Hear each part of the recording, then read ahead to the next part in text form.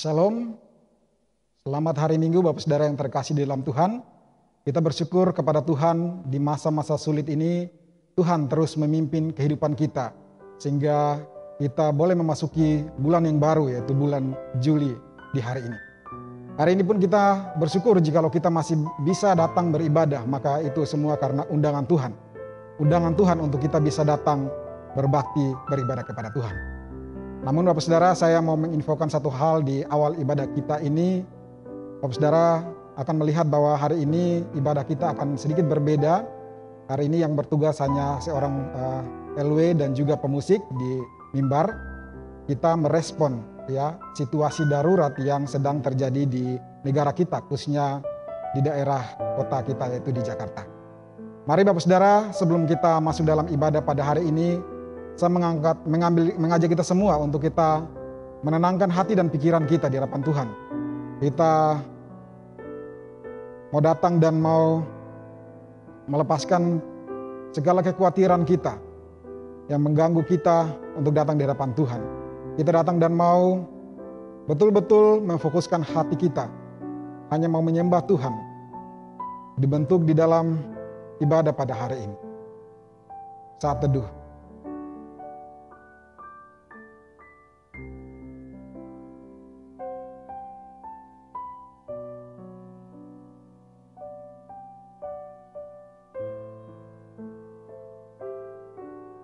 Amin. Saya mengajak kita semua, mari kita bangkit berdiri dan marilah kita mendengarkan panggilan beribadah dari Matius 11 ayat 28. Yesus berkata, "Marilah kepadaku semua yang letih lesu dan berbeban berat.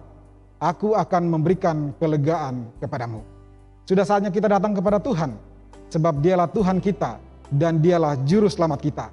Kita datang untuk kita menyembah Dia, memuliakan namanya. Mari Bapak Saudara, saya mengajak kita untuk kita bersama-sama menyembah Tuhan dengan satu pujian. Bagi Dia segala pujian.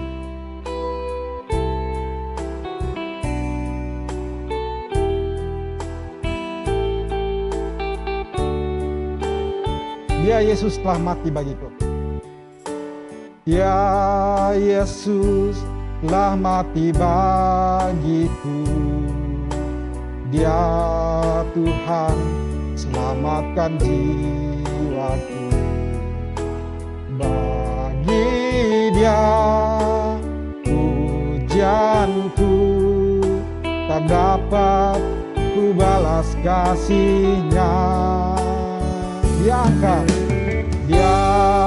angkatku jadi anaknya. Beri damai di dalam hidup. Bagi Dia sembahku, hanya Dia segalanya bagiku.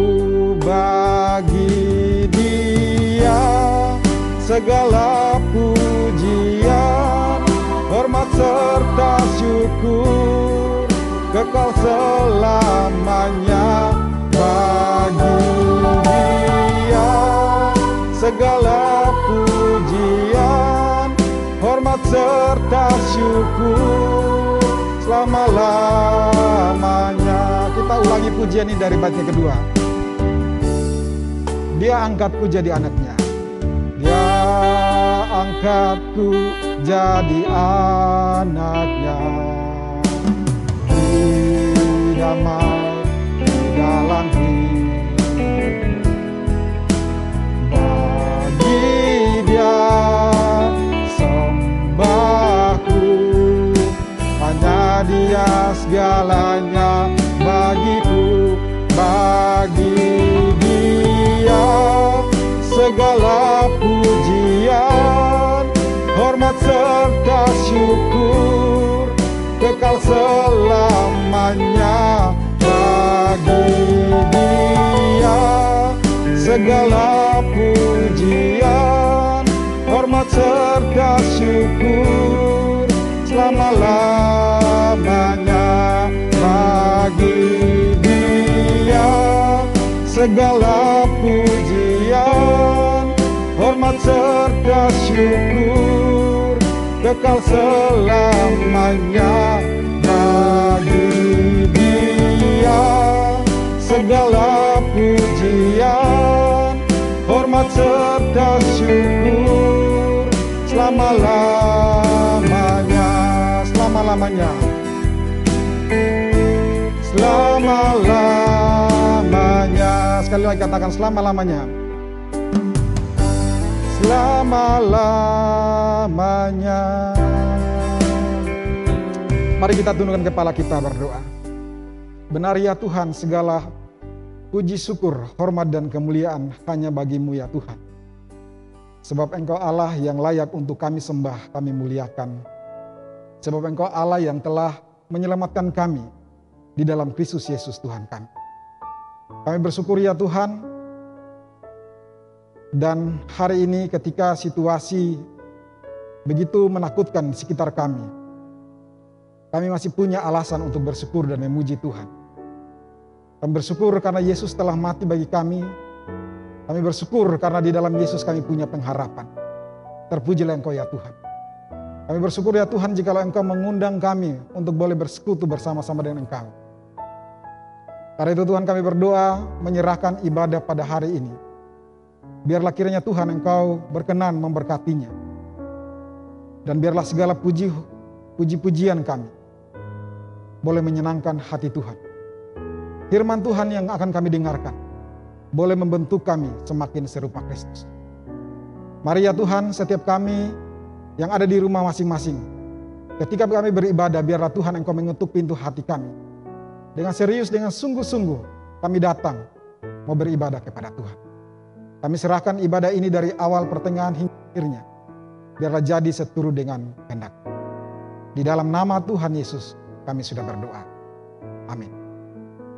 Silakan duduk Bapak Saudara sekalian. Bapak Saudara sekalian terkasih dalam Tuhan, pada kesempatan kali ini saya juga mau mengajak kita sekalian untuk kita kembali mengingat bahwa Allah kita, Allah yang kita sembah adalah suci adanya. Dengan menyadari siapa kita begitu mudah untuk jatuh dalam dosa. Begitu mudah untuk berbuat kesalahan. Karena itu pada kesempatan ibadah hari ini, Tuhan masih memberikan kita ruang untuk datang dan mengakui segala dosa di hadapan Tuhan. Untuk datang dan meminta belas kasihan Tuhan. Sehingga kesempatan-kesempatan yang ada seperti hari ini, kita terus dibaharui hidupnya, dibaharui hatinya, semakin serupa Kristus. Saya memberikan kita waktu. Mari kita mengambil waktu teduh di hadapan Tuhan secara pribadi, lepas pribadi. Untuk datang dan mengakui segala dosa kita di hadapan Tuhan.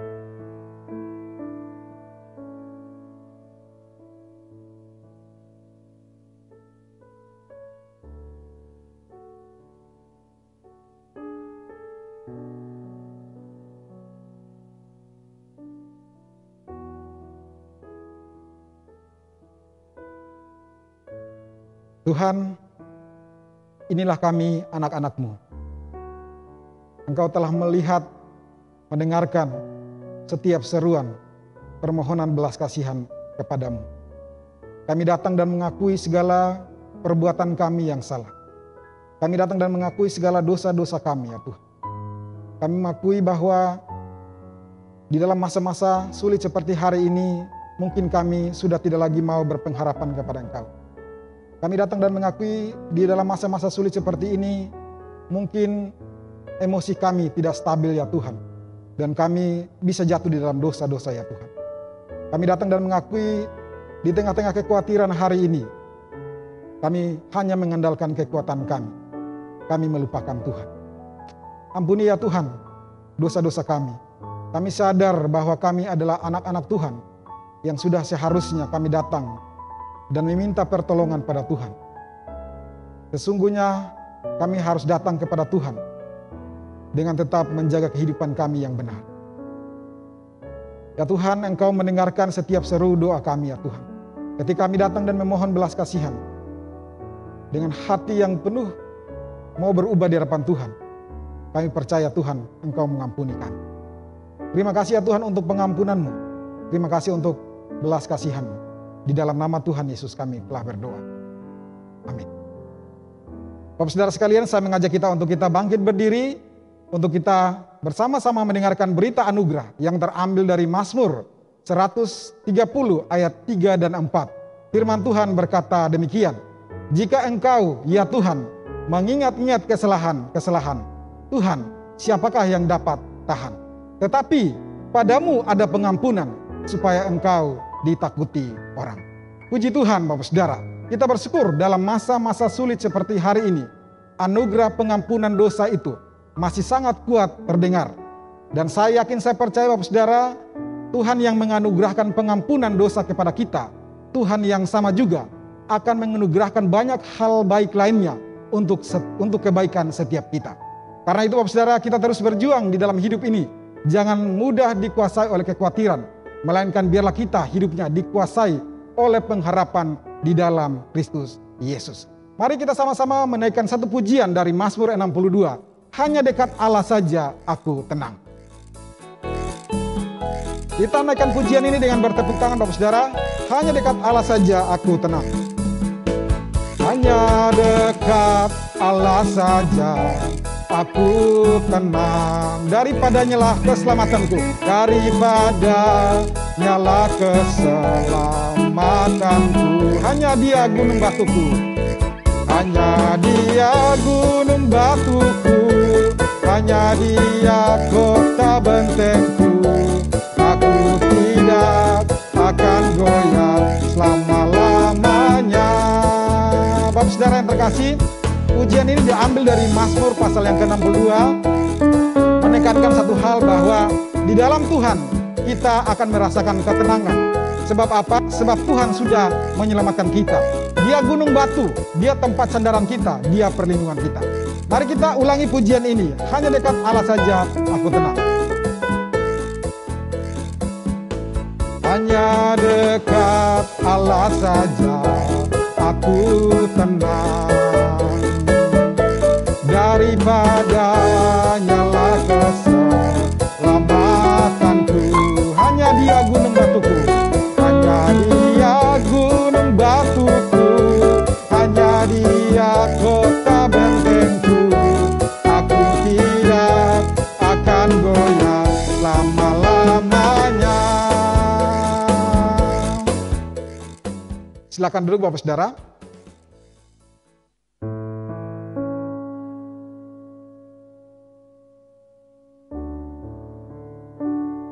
Kita berdoa. Bapa di surga, kami naikkan puji dan syukur di tengah keadaan pandemi yang begitu sulit. Kami masih diberikan kesempatan untuk datang memuji menyembah kepada Tuhan. Biarlah pujian pengagungan kami ini hanya Tuhan saja yang disukakan. Tibalanya saatnya Tuhan, kami akan mendengarkan sabda firman Tuhan. Ajar kami untuk taat kepada firman-Mu, taat kepada Tuhan.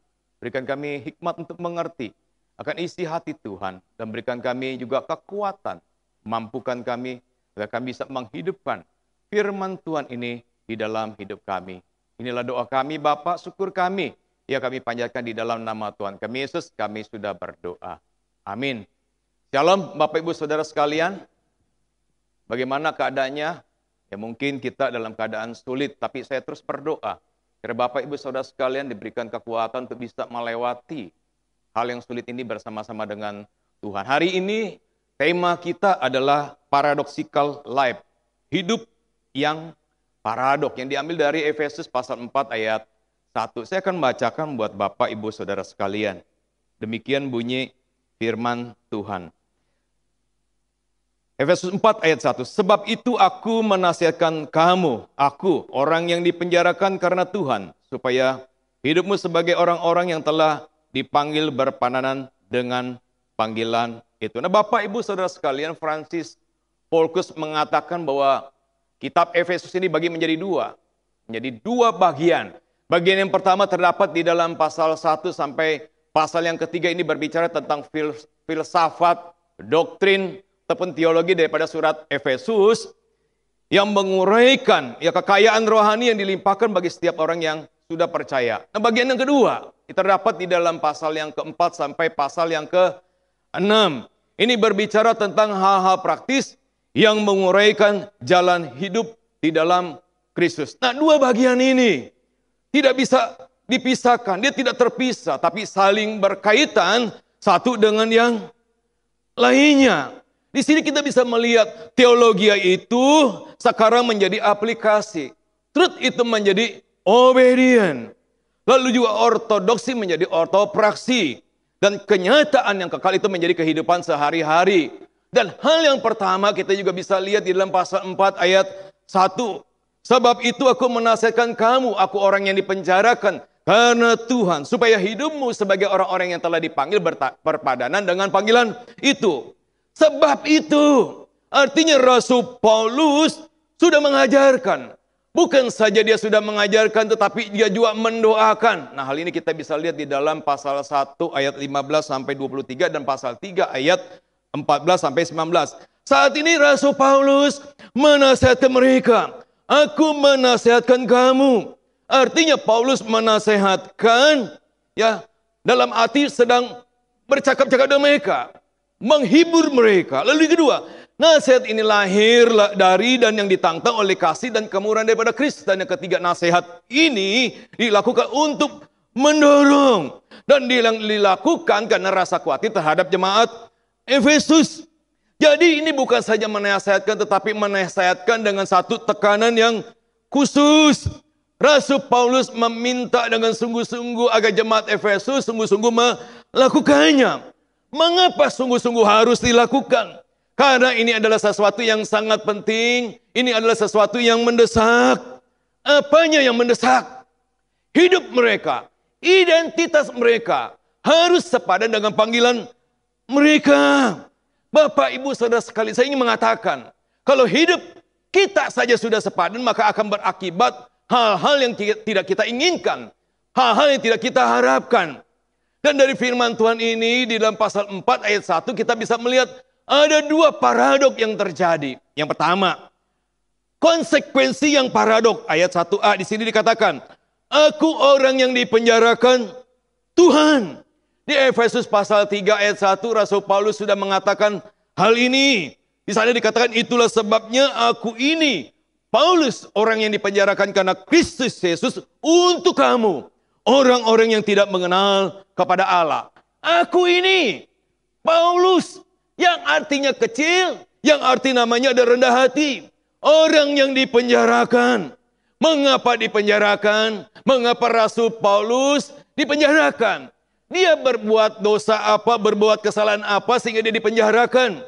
Rasul Paulus dipenjarakan karena Tuhan. Karena Kristus Yesus. Karena apa? Karena pekerjaan Tuhan. Memberitakan Injil. Memberitakan firman Tuhan. Rasul Paulus melakukan sesuatu yang benar. Tapi konsekuensinya adalah apa? Konsekuensinya masuk penjara. Mengapa dipenjara? Demi orang-orang yang tidak mengenal kepada Allah. Agar mereka percaya kepada Kristus Yesus. Menjadikan Kristus Yesus itu sebagai Tuhan dan Juru Selamat mereka. Dan mereka mendapatkan keselamatan hidup yang kekal. Nah, Bapak Ibu Saudara sekalian, saya bertanya nih. Mau tidak ya kita beritakan Injil dengan konsekuensi yang demikian? Ya tentu mungkin kita pertimbangkan keamanan diri kita. Nggak mau lah gitu ya. Konsekuensinya begitu luar biasa gitu ya, kita nggak mau. Sesungguhnya memberitakan Injil itu, ini adalah perintah Tuhan, ini perintah firman Tuhan. Memberitakan Injil itu adalah keharusan bagi setiap orang yang namanya orang yang sudah percaya kepada Tuhan. Bapak, Ibu, Saudara sekalian, hari ini kita yang sudah dimenangkan oleh Tuhan, mungkin ada sebagian di antara kita mungkin mau hanya diselamatkan saja. Kita mungkin hanya mau menerima jaminan keselamatan hidup yang kekal. Tapi kita tidak mau Injil Tuhan. Kita tidak mau memberitakan Injil daripada Tuhan. Oh, kita berkata, cukup saya saja yang diselamatkan oleh Tuhan. Cukup pasangan hidup saya yang percaya kepada Yesus. Cukup anak saya percaya kepada Yesus. Cukup orang tua saya percaya kepada Yesus. Tapi ya, saya tidak perlu beritakan Injil. Mereka tidak perlu memberitakan Injil. Cukup kami hidup baik-baik saja.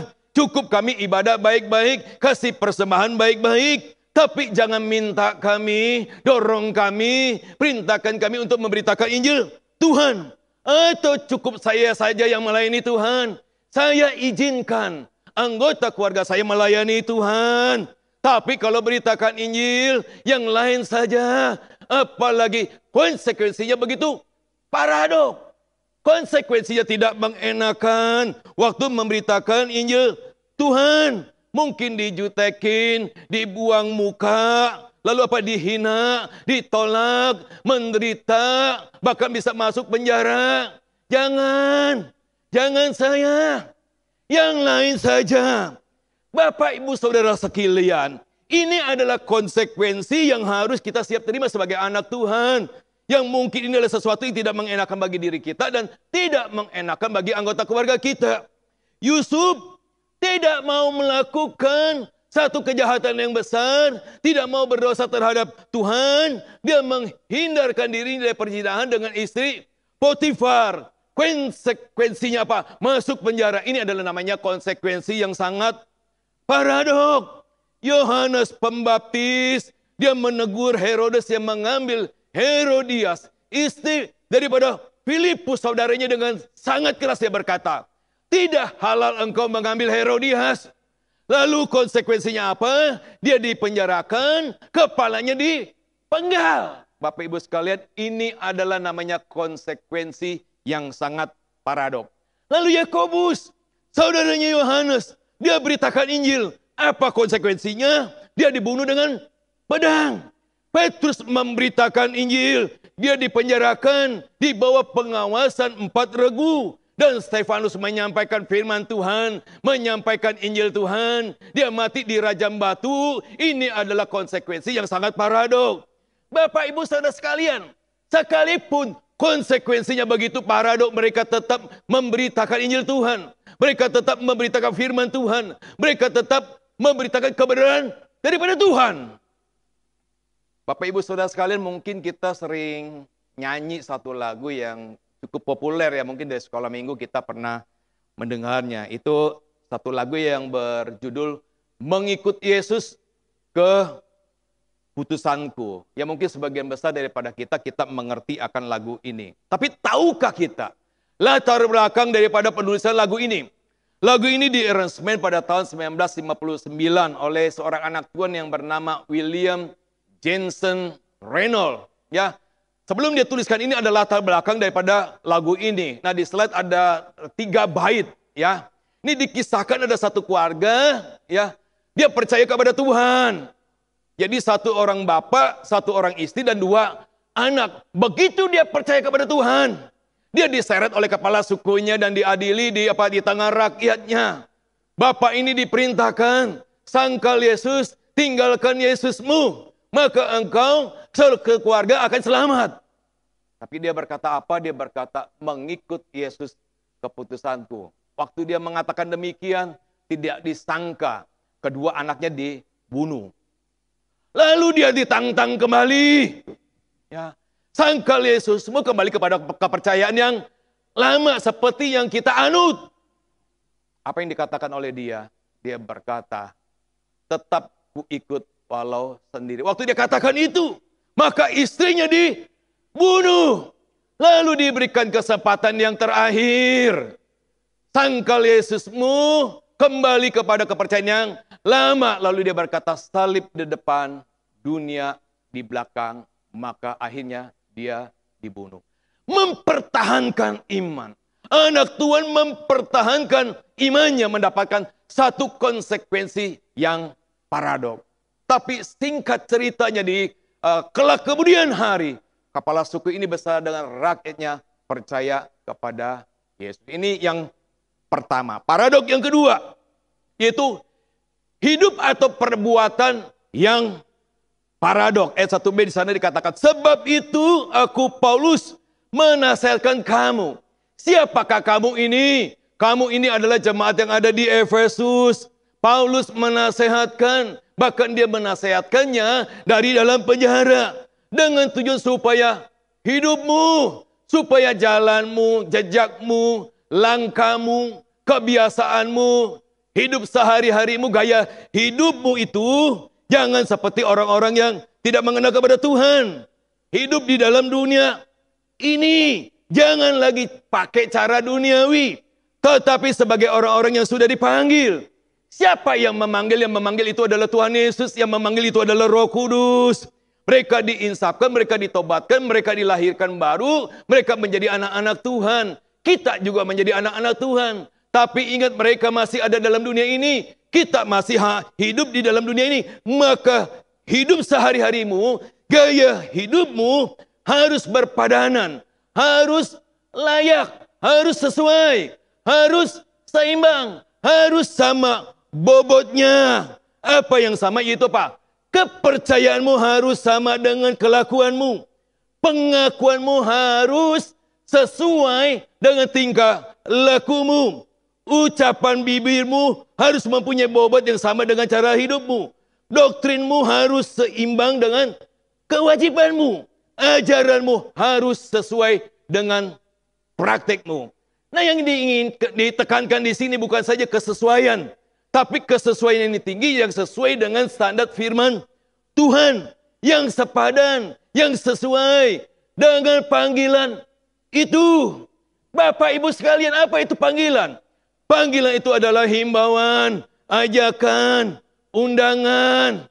Kita ini orang yang sudah terpanggil. Artinya bahwa Allah sudah bertindak demikian rupa untuk memanggil kita, untuk mengundang kita, untuk menjumpai kita. Lalu bukan saja menjumpai kita, tapi menunjuk dan memilih kita, dan serta mengangkat kita menjadi anak-anaknya, menjadi umatnya. Lalu apa? Menjadi biji matanya dan menjadi domba gembalaannya. Jadi hidup sehari-hari kita harus sesuai dengan panggilan itu. Harus sesuai dengan pribadi yang memanggil kita. Gaya hidup kita ini harus mempunyai bobot yang sama dengan firman Tuhan sebagai standar yang tertinggi. Nah, Bapak, Ibu, Saudara sekalian, bagaimana dengan hidup kita? Apakah hidup kita sudah sesuai dengan panggilan kita? Apakah sudah sesuai dengan kebenaran firman Tuhan? Apakah hidup kita mempunyai bobot yang sama dengan kehendak daripada Tuhan? Kita sebagai anak Tuhan, kalau hari ini pikiran kita masih kotor, porno-porno, masih banyak intrik-intrik, ada hal-hal atau rencana-rencana yang jahat, itu tidak sepadan dengan panggilan kita. Ini namanya hidup yang paradok, perbuatan yang paradok. Lalu kalau hari ini ucapan kita, mulut kita ini masih kotor, masih arogan, bukan saja arogan tapi penuh dengan tipu-tipu, fitnah, itu namanya tidak sepadan dengan panggilan kita. Ini namanya hidup yang paradok. Kalau hari ini kita masih main sogok-sogok, suap-suap, korupsi, lalu kita mark up, itu namanya hidup yang paradok. Kalau hari ini sebagai anak Tuhan hidup kita masih di dalam daging, banyak perbuatan dosa yang kita lakukan, yang mungkin orang lain nggak tahu, yang tahu adalah saya dan Tuhan saja, maka hidup kita tidak sepadan dengan panggilan kita. Ini namanya perbuatan yang paradok, hidup yang paradok. Kalau hari ini kita berlaku adil, kita mencintai kesetiaan, dan hidup dengan rendah hati di hadapan Tuhan, itu adalah sesuatu yang baik, itu yang dituntut oleh Tuhan daripada kita. Ini namanya hidup yang sepadan dengan panggilan kita. Kalau hari ini kita selalu rendah hati, kita lemah lembut, kita sabar, kita menunjukkan kasih dalam hal saling membantu. Ya, saling membantu pada saat ini kita tahu keadaan sulit. Ya, apakah kita saling mengasihi satu dengan yang lain? Seperti khotbah saya beberapa waktu yang lalu, apakah kita kontak orang yang di kiri kanan kita, depan belakang kita, waktu kita kebaktian online? Pada waktu kita offline, apakah sudah dilakukan? Bagaimana keadaan mereka? Bagaimana keadaan keluarga mereka? Ya, bagaimana keadaan orang tua mereka, anak mereka, pekerjaan mereka, dan lain sebagainya? Apakah kita sudah mendoakan mereka? Apakah kita sudah tolong mereka, bantu mereka? Kalau itu kita lakukan, itu namanya perbuatan hidup yang dikehendak oleh Tuhan, yang sepadan dengan panggilan kita. Ini dua paradok yang terjadi. konsekuensi yang paradok dan apa? Perbuatan atau hidup yang paradok. Hari ini saya akan tutup khotbah saya dengan satu lukisan. Ya, di slide kita bisa lihat. Ya, di situ ada satu lukisan Leonardo da Vinci. Pada waktu itu dia ada di Milan. Ya, diberi tema The Last Supper. Ya, jadi itu perjamuan terakhir Tuhan Yesus dengan kedua belas muridnya. Nah, lukisan ini ya ada 13 orang. Jadi butuh 13 orang model. Nggak gampang ya untuk mencari 13 orang model yang menggambarkan karakter orang yang akan dilukis. Sehingga ceritanya dapat tuh 10 orang. Ya, 11 orang. Itu lebih mudah gitu. Nah, tinggal 2 orang. Yang susah apa? Cari model Tuhan Yesus, itu yang pertama. Yang kedua apa? Sulit cari model daripada Yudas. Nah, ini suatu hari Leonardo da Vinci dia masuk ke gereja, dia mendapatkan model Tuhan Yesus. Yaitu di mana? Ya di gereja. Ya, ada seorang anak muda, dia ikut kur, dia bernyanyi di sana. Dilihat dari wajahnya itu memancarkan cinta kasih. Lalu ada kelembutan, tidak berdosa. Dari wajahnya itu penuh dengan kepekaan, kebaikan hati. Nah, singkat ceritanya pemuda ini setuju untuk menjadi model daripada Tuhan Yesus. Pemuda ini bernama Pietri Bandinelli. Lalu beberapa tahun kemudian, ya, lukisan ini nggak selesai-selesai. Kenapa nggak selesai? Itu model yang ke-13 nggak gampang. Cari model daripada Yudas. Mencari seorang yang wajahnya buruk, menggambarkan keputusasaan, penuh dengan ketamakan dan berdosa. Tidak mudah. Hampir jalan 10 tahun lukisan ini nggak selesai. Tapi singkat ceritanya, akhirnya dia mendapatkan model yang ke-13. Di mana dia dapatkan? Dia dapatkan di penjara. Akhirnya napi ini setuju untuk menjadi model daripada Yudas. Nah, akhirnya Leonardo da Vinci dia melukis model Yudas ini. Berhari-hari dia lukis. Ya, tapi suatu hari timbul apa? Satu perubahan daripada napi ini. Terlihat dari matanya menjadi merah padam, memancarkan kemarahan. Dia bergetar. Akhirnya karena tidak tahan, maka Leonardo da Vinci bertanya kepada dia, "Kenapa kamu gemetar?" Dia tanya, "Apakah engkau gelisah?" dan lain sebagainya. Dia menutup wajahnya. Dia tidak angkat, lalu dia berkata, "Bapak, apakah Bapak tidak mengenal saya? Beberapa tahun yang lalu saya menjadi model Bapak sebagai Yesus." Bapak, Ibu, Saudara sekalian, rupanya pria yang malang ini telah memalingkan hidupnya daripada Kristus dan dia jatuh dalam dosa dan melakukan kejahatan. Sehingga dia mengalami penderitaan yang luar biasa di penjara. Dia tidak lagi mencintai hal-hal yang pernah dicintainya. Dan hal-hal yang dulu dibencinya justru sekarang dia cintai. Dahulu ada cinta tapi sekarang ada penderitaan dan kebencian. Dahulu ada pengharapan, sekarang keputusasaan. Dahulu ada terang, tapi sekarang kegelapan. Ini terjadi kepada dia. Bapak, Ibu, Saudara sekalian, bagaimana dengan hidup kita? Mana yang kita pilih? Apakah kita mau menjadi anak Tuhan, lakukan perintah Tuhan, tapi kita mendapatkan konsekuensi yang paradok? Atau kita punya status sebagai anak Tuhan, tapi perbuatan kita, hidup kita paradok, tidak sesuai dengan firman Tuhan. Biar firman Tuhan ini menghibur, menguatkan, dan mengingatkan kita. Mari sebagai anak-anak Tuhan, kita mau hidup sepadan dengan panggilan kita. Kita berdoa. Bapa di surga, hamba-Mu sudah selesai memberitakan firman-Mu. Hidup yang paradok. Kami sebagai anak Tuhan tidak mudah menjalankan kebenaran firman Tuhan. Ada konsekuensi yang kami terima begitu paradoks, sehingga membuat kami gentar, takut, dan akhirnya kami tidak mau mentaati Tuhan, mentaati firman daripada Tuhan. Sehingga kami punya status sebagai anak Tuhan. Tapi hidup kami, perbuatan kami sangat berbeda, sangat paradok. Bertentangan dengan firman Tuhan. Tidak sesuai dengan firman Tuhan. Tidak seimbang dengan firman Tuhan. Tidak mempunyai bobot yang sama dengan firman Tuhan. Dengan panggilan kami sebagai anak-anak Tuhan. Ampuni kami ya Bapa. Biar firman Tuhan ini mengingatkan, menasihatkan kami, mengoreksi kami, sehingga kami kembali menjadi anak-anak Tuhan yang melakukan firman Tuhan sepanjang hidup kami.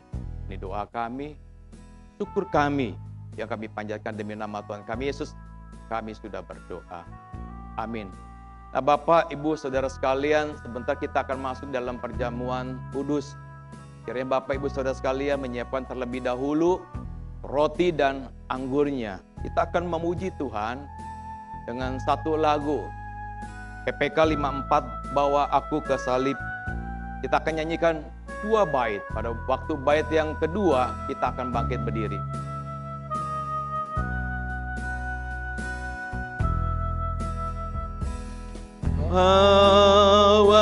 Bawalah aku Yesus dekat ke salibmu,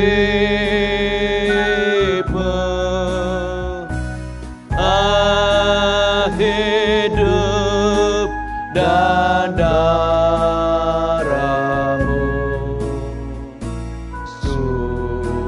sucikan hatiku.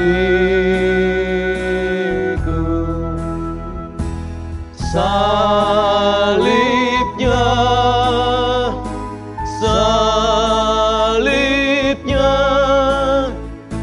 selama mulia,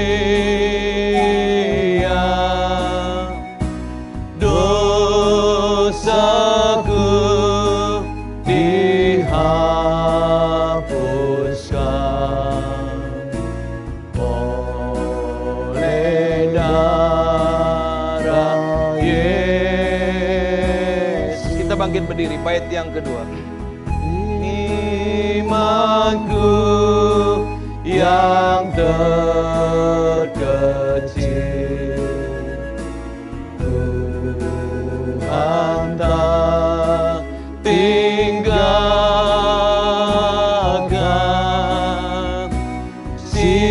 Sinari hatiku dengan Roh Kudus-Mu.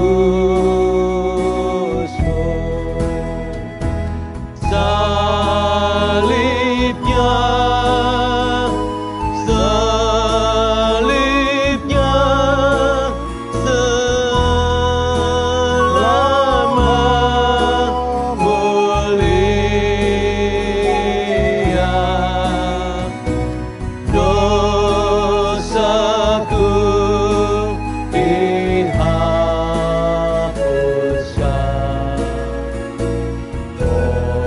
oleh darah Yesus. Pada malam waktu Yesus diserahkan, dia mengambil roti. Kemudian dia bersyukur dan memecah-mecahkan dan berkata, inilah tubuhku yang diserahkan bagi kamu. Perbuatlah ini menjadi peringatan akan aku. Demikian juga sudah makan, dia mengambil cawan, lalu berkata, cawan ini adalah perjanjian baru yang dimeteraikan oleh darahku. Perbuatlah ini setiap kali kamu meminumnya menjadi peringatan akan aku. Bapak, Ibu, Saudara sekalian, sebelum kita makan roti dan minum anggur yang melambangkan tubuh Kristus yang dipecahkan, yang dicabik-cabik bagi kita, dan meminum anggur yang melambangkan darahnya yang dicurahkan bagi kita, bagi dosa kita. Firman Tuhan mengajarkan kepada kita harus menyelidiki diri kita, hati kita, Kita harus mengakui dosa kita sehingga kita tidak makan dosa dan kesalahan kita. Saya akan berikan waktu kepada setiap kita untuk datang di hadapan Tuhan. Yang pertama, kita akui dosa dan pelanggaran kita terhadap Tuhan ataupun sesama kita. Yang kedua, kita bersyukur. Kita bisa melalui bulan yang ke-6 yang tidak mudah. Tapi kita bisa melaluinya, itu adalah anugerah daripada Tuhan. Yang ketiga, kita bersyukur di hadapan Tuhan. Kita bisa masuk di dalam bulan Juli, minggu yang pertama, tanggal 4. Itu adalah belas kasihan, kemurahan daripada Tuhan. Dan kita perlu bersyukur di hadapan Tuhan. Mari saya berikan waktu kepada setiap kita.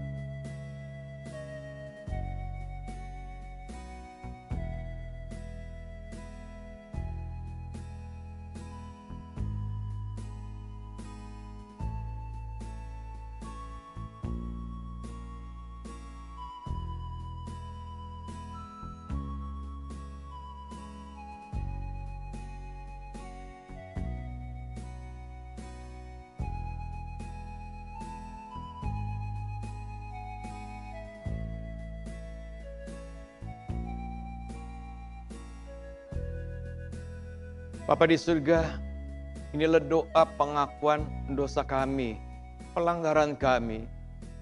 Sucikan kami ya Bapa, kuduskan kami sekali lagi, sehingga kami layak bersemeja dengan Tuhan. Sehingga kami layak makan roti dan minum anggur yang melambangkan tubuhmu yang dipecahkan bagi kami dan darahmu yang dicurahkan bagi kami. Dan kami bisa bersyukur anugerah yang sudah Engkau berikan kepada kami. Bapa di surga, kami juga datang di hadapan Engkau. Kami bersyukur Tuhan. Di tengah bulan yang tidak mudah, di dalam bulan Juni ya Bapa. Kalau hari ini kami bisa melaluinya, pasang surut, tawa air mata, pertanyaan, dan lain sebagainya dalam hidup kami. Kalau kami bisa melalui, kami tahu bahwa Engkau memimpin, Engkau menyertai kami. Kami juga bersyukur ya Tuhan. Pada hari ini, dalam bulan Juli, minggu yang pertama, pada tanggal yang keempat ini, kalau kami bisa menginjakan kaki kami ada napas hidup, kami ada kehidupan, kami bisa datang beribadah kepada Tuhan, itu adalah anugerah daripada Tuhan. Ajar kami Tuhan, di tengah hidup yang sulit kami ingat Tuhan, kami tetap bersyukur kepada Tuhan untuk apa yang sudah Engkau lakukan di dalam hidup kami. Inilah doa pengakuan dosa kami, syukur kami ya Bapa. Ya kami panjatkan hanya di dalam nama Tuhan kami Yesus, kami sudah berdoa. Amin.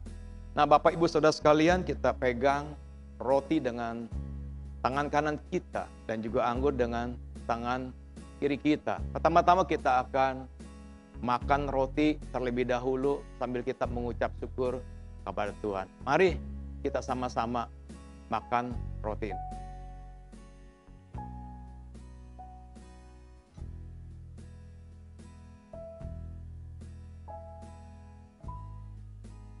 Oke, selanjutnya kita pindahkan cawan ke tangan kanan.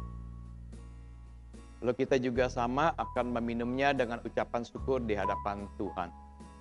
Mari. Kita berdoa sekali lagi.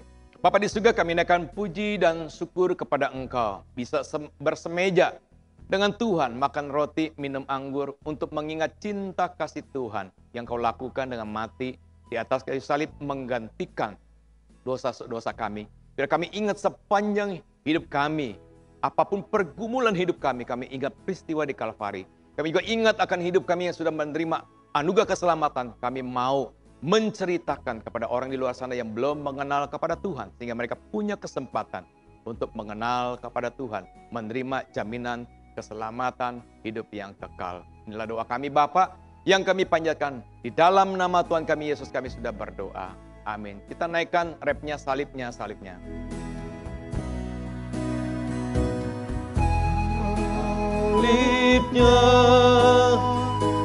salibnya, selamat mulia, dosaku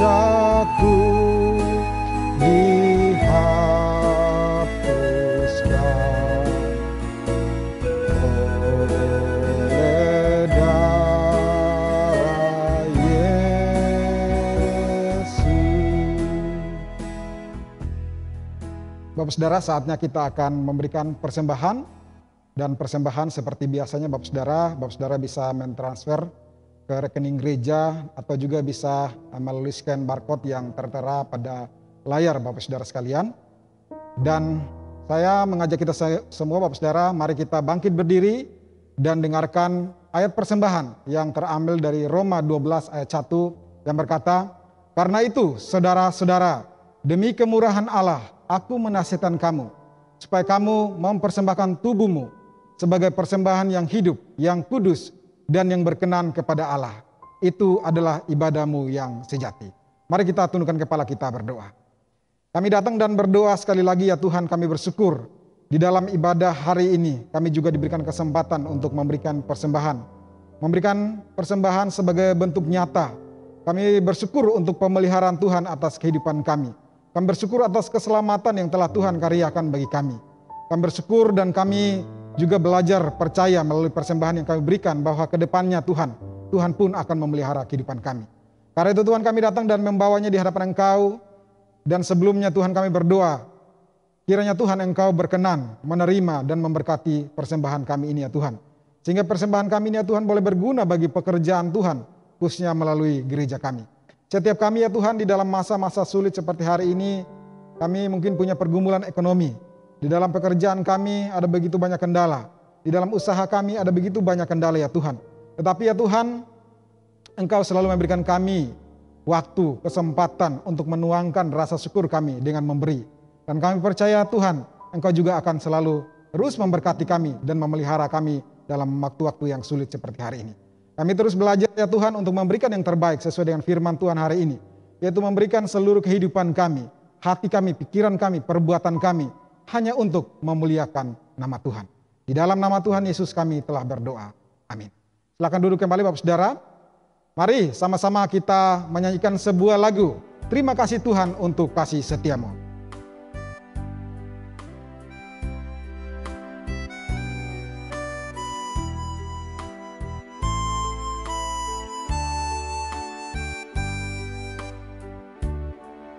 Terima kasih Tuhan untuk kasih setiamu yang ku alami dalam hidupku.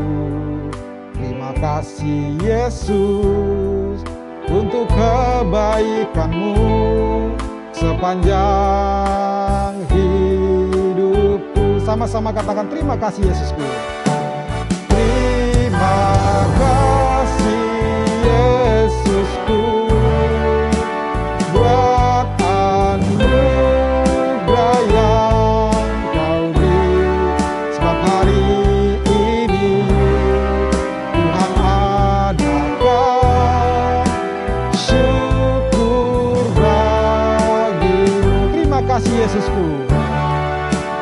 Terima kasih Yesusku buat anugerah yang Kau beri.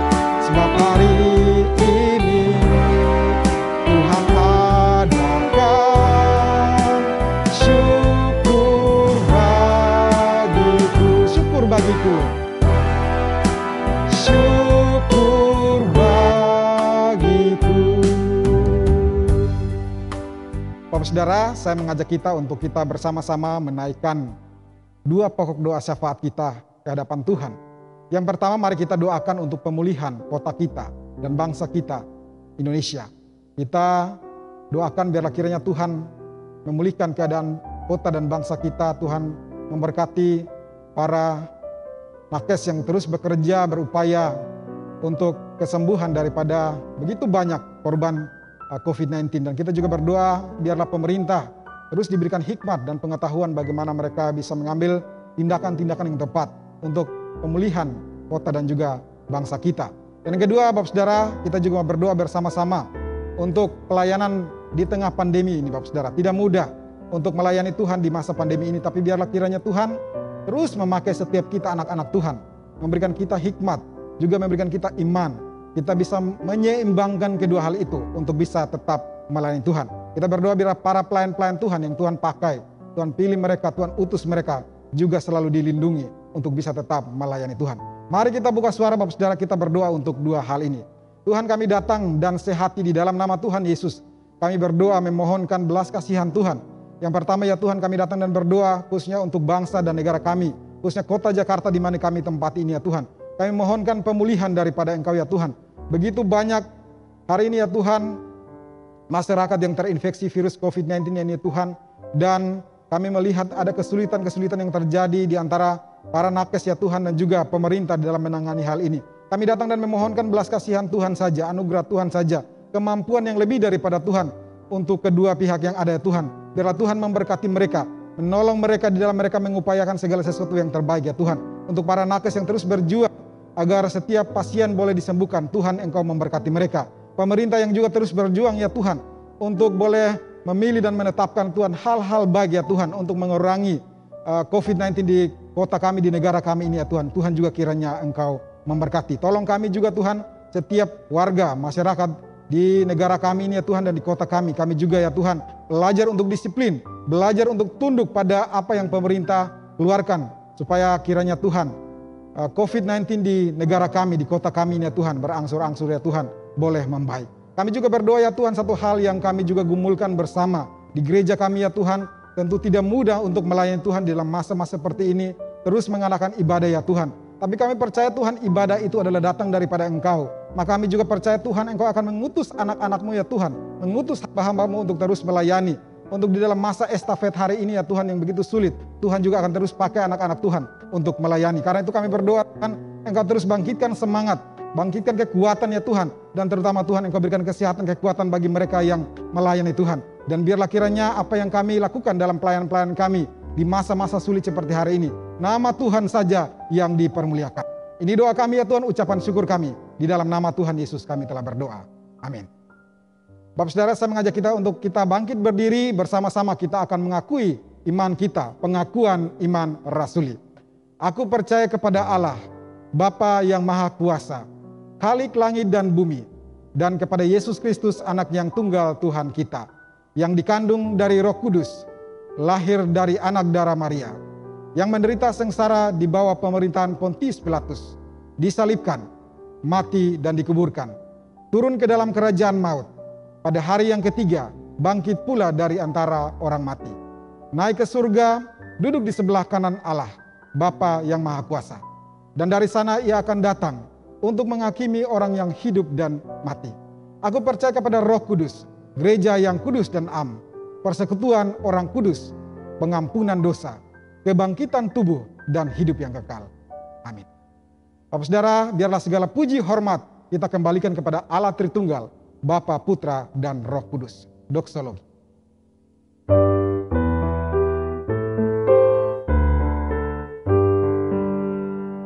Puji Allah Bapa Putra, puji Allah Roh Kudus, ketiganya yang esa. Pohon selamat sumber berkat.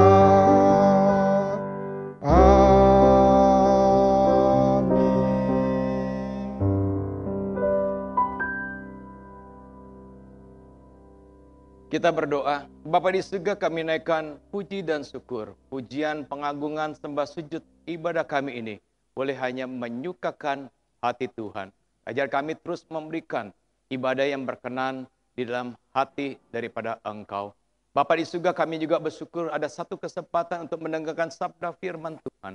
Biar firman Tuhan ini tertera dalam hati kami, berikan kami hikmat, kekuatan, pertolongan, setiap kami mau melakukan dalam hidup kami dengan penuh kerendahan hati. Pada saat ini kami juga mau menyerahkan ya Tuhan, bangsa kami, negara kami yang sudah melakukan PPKM secara darurat Tuhan. Oleh karena itu apa yang dilakukan oleh negara kami Tuhan, sebelumnya kami datang di hadapan Engkau, ampuni dosa bangsa dan negara kami ini, sehingga segala tindakan yang dilakukan, kebijakan, peraturan, dan lain sebagainya, sungguh-sungguh bisa memutus rantai penyebaran daripada COVID. Kami datang untuk segala sesuatu upaya yang dilakukan untuk memberikan vaksinasi, untuk menimbulkan kekebalan tubuh bagi rakyat kami ya Tuhan bisa dilakukan secara baik, secara merata, sehingga pada akhirnya boleh bermanfaat bagi warga negara kami. Saat ini kami juga menyerahkan Tuhan untuk bukan saja pemerintah, tapi juga anak-anak Tuhan dimanapun mereka berada, termasuk di gereja Tuhan, di GKBJ Samanhudi. Kami berdoa ya Tuhan pada saat ini Tuhan. Mereka yang ingin mendapatkan tempat isoman yang begitu sulit Tuhan, minta belas kasihan daripada Tuhan. Mereka yang mau masuk ke rumah sakit Tuhan, mereka juga mengalami antrian yang begitu panjang. Mereka yang mau masuk ruang ICU, mereka yang ingin memakai ventilator, mereka yang ingin menggunakan alat teknologi ya Tuhan. Mereka antrian begitu panjang. Oleh karena itu Tuhan, minta belas kasihan daripada Engkau ya Tuhan. Sehingga pada akhirnya segala problematika kesehatan ini Tuhan, dengan kekuatan daripada Tuhan, dengan kuasa Tuhan, bisa diselesaikan satu per satu. Kami rindu Tuhan di tengah situasi yang begitu sulit ini, kami tetap bersandar, berharap kepada Tuhan saja.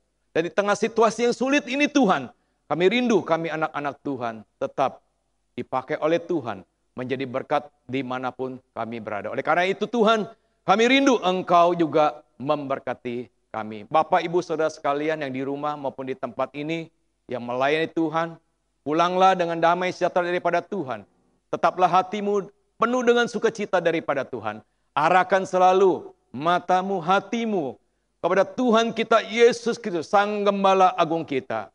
Dan jadilah saksi-saksi Tuhan, pemberita Injil Tuhan, pemberita firman Tuhan, dan terimalah berkat daripada Tuhan. Kiranya kasih daripada Allah Bapa yang berlimpah-limpah, kasih setia Allah anak Tuhan Yesus Kristus yang tak pernah berkesudahan, gerakan, kekuatan, pertolongan, pimpinan daripada Allah Roh Kudus memampukan kita menjadi saksi-saksi Tuhan mulai saat ini sampai Tuhan Yesus datang kedua kalinya. Amin.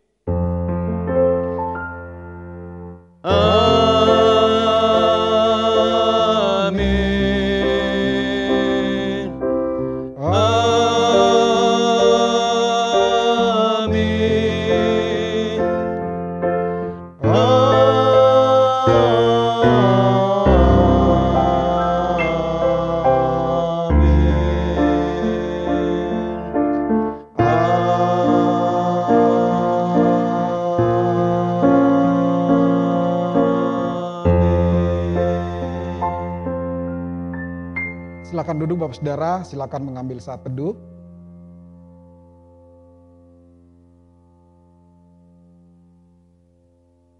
Shalom Bapak Ibu Saudara sekalian, sekali lagi minta waktunya kita akan menyimak info keluarga. Yang pertama, minggu depan tanggal 11 Juli, firman Tuhan akan masuk ke pasal 4 ayat yang kedua dengan satu tema, esensial karakter atau karakter yang mendasar. Firman Tuhan akan disampaikan oleh Pendeta Randy Chuang. Lalu tanggal 7, persekutuan doa kita pukul 18.30, kita akan masuk ke dalam kitab Esra yang akan membahas restorasi spiritual. Firman Tuhan akan disampaikan oleh Guru Injil Brando. Lalu tanggal 10 Juli ada pembinaan BGA yaitu baca gali Alkitab ya, dari kitab Mazmur. Akan dibawakan pembinaan ini dari Scripture Union pukul 15 atau pukul 3 siang sampai pukul 17. Ya, mari kita sama-sama juga mau dibina dengan kebenaran firman Tuhan. Lalu yang terakhir, APK akan dimulai pada tanggal 1 Agustus. Tentu kita akan lakukannya secara online. Oleh karena itu Bapak Ibu Saudara sekalian yang ingin dibaptis dalam bulan Desember ya, bisa mendaftarkan diri kepada pengurus majelis, kepada pembina atau hamba Tuhan yang ada. Selamat hari Minggu, Tuhan Yesus memberkati.